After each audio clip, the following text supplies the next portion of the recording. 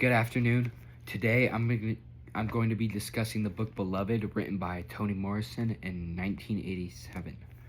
Um, I have a little script off to my right, so I'm going to be presenting off those notes so I can articulate and present what I'm trying to say better. So if I'm looking off to my right, that's what I'm looking at. Uh, Beloved essentially tells the story of Setha, a formerly enslaved woman living in Cincinnati after the Civil War. Although she's escaped slavery, she continues to struggle with the memories and trauma and of everything she experienced as a slave. The story begins at their house, 124, where Setha lives with her daughter Denver. Their house is haunted by a mysterious presence connected to Setha's past. Eventually, a mysterious young woman named Beloved arrives, and her presence causes Setha's painful memories to become increasingly difficult to escape, forcing her to confront them, essentially.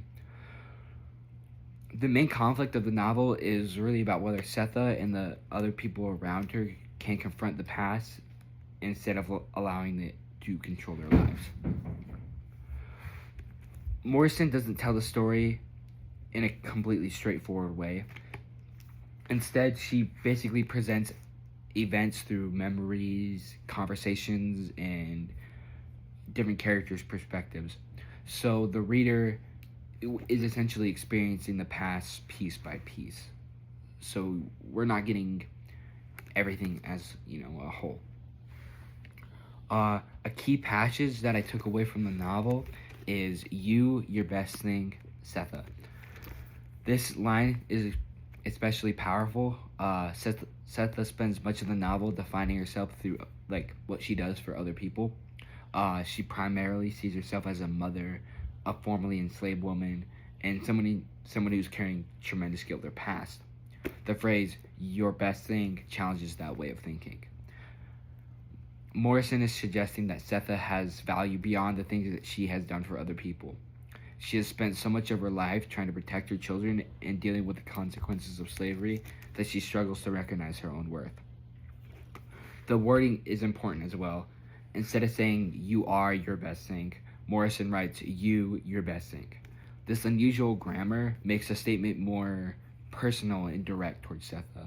It feels almost like someone is forcing Setha to hear something she has never been able to tell herself. The passage connects to one of the biggest themes in Beloved: self-worth and healing. Morrison shows that escaping physical slavery does not automatically mean someone is emotionally free.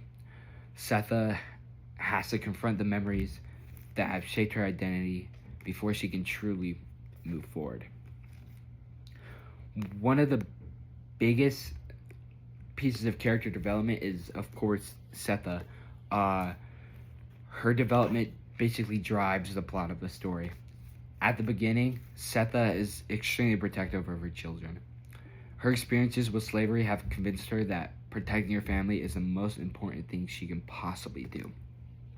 However, her love becomes complicated by trauma and guilt. She constantly looks backward at the decisions she has made instead of being able to fully experience the present.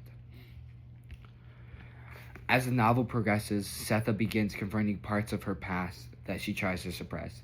This allows Morrison to show that healing isn't about pretending painful experiences never happened. Denver also develops significantly. At the beginning of the novel, Denver is isolated and very dependent on her mother. She's afraid of the outside world and has grown surrounded by the darkness and trauma of the house. As the story develops, Denver begins becoming more independent. She realizes that she cannot allow her family's past to completely determine her future. Beloved is different from the other characters because she represents more than just like an individual person. She can also be interpreted as a physical representation of Setha's past, guilt, memory, and unresolved trauma. Through these characters, Morrison demonstrates how the past can affect multiple generations. One of the major themes of the novel is a relationship between memory and healing. Morrison shows that forgetting painful experiences isn't necessarily the same thing as healing from them is. Setha tries to avoid memories because they are extremely painful. However, those memories cause influence. Those memories continue to influence her relationships and the understanding of herself. The novel asks one important question: how can someone move forward when their past refuses to stay in the past? Morrison doesn't usually give a really easy answer. Instead, she shows that healing requires people to acknowledge what happened while also realizing that their past does not completely define who they are as a person. That's why the line, "You, your best thing, Setha," is so important. It represents the possibility that Setha seeing herself as a person with value rather than simply as a person defined by her suffering. Uh, for my recommendation of this book, I'd recommend it to somebody who enjoys serious novels, somebody who can take the most negative parts of the world and sit there and understand them and comprehend them. It dwells through a lot of history, especially like United States history, slave history, relationships, and trauma. But I wouldn't recommend it to somebody who's more interested in simpler stories, lighter stories. Beloved, of course, deals with some really dark subjects, and some people just can't mess with that.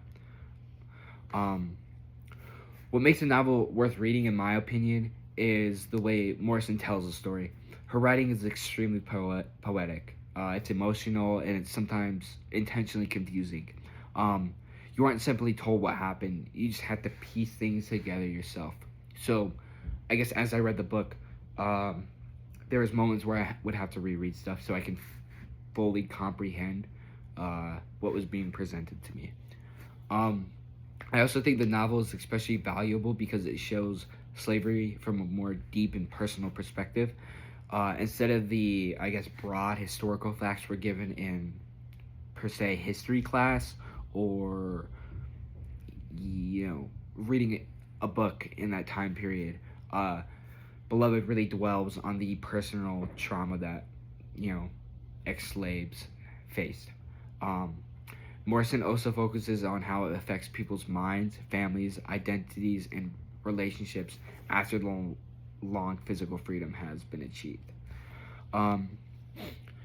Ultimately, Beloved is a story about power of memory, the complexity of love, and the possibility of healing. Toni Morrison reminds us that the past can shape us, but it doesn't necessarily have to control us. Thank you for listening. Give me an A.